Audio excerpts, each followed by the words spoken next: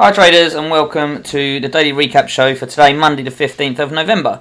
So first of all, we're going to look at the FTSE. We said that it was trading around the 26 to 33 area, so the reaction to that zone at the open should give an indication to a tone of the session.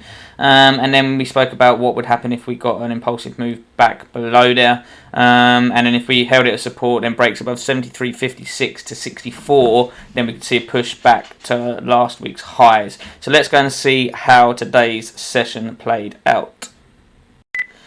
Okay, so the reaction that we got from that zone that we mentioned from 26 to 33 was this push up off the open. So that suggested that it was happy with price action above there. We did get this little rejection just below for the liquidity grab, as we always see, and then like a strong close above it. So that was a really good indication that the market was going to hold that level. We did get another couple of retests of it around here and around here later on in the session and held it as support. But we couldn't get anything above this 56 to 64 area that we mentioned that we needed to break to see the higher time frame. So we have respected the zones really well. We held that support, which gave the tone for the day, so we could look to trade this as support as well for later in the session. And the 56-64 area did cap the move higher. Although this isn't an area that I would have been looking to short, the fact that it did reject there from there probably suggested that it was going to be a bit more of a quieter range-bound day, and we wasn't going to get that breakout that we was looking for. Even though the move into it was impulsive, we capped it as resistance, and then correctively pulled back and held the main support area. So not a lot's going to change tomorrow unless we get a big move overnight. So let's go and have a look at the DAX.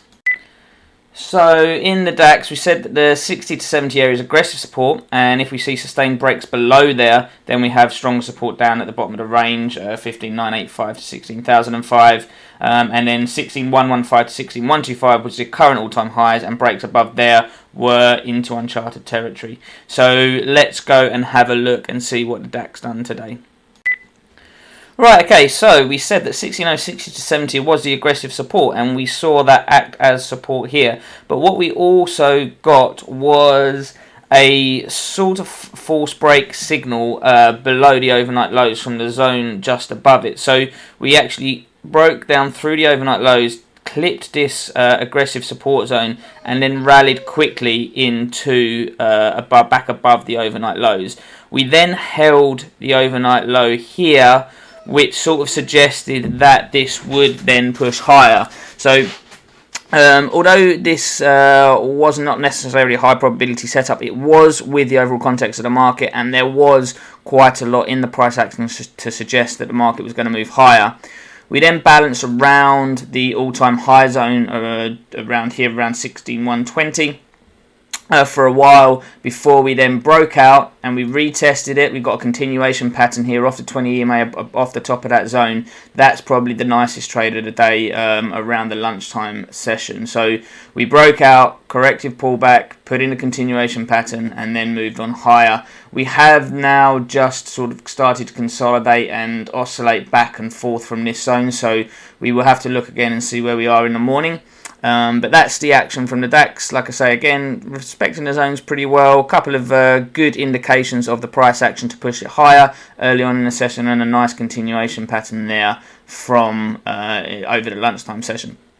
So guys, I hope you found that useful, and I will speak to you again tomorrow. Cheers.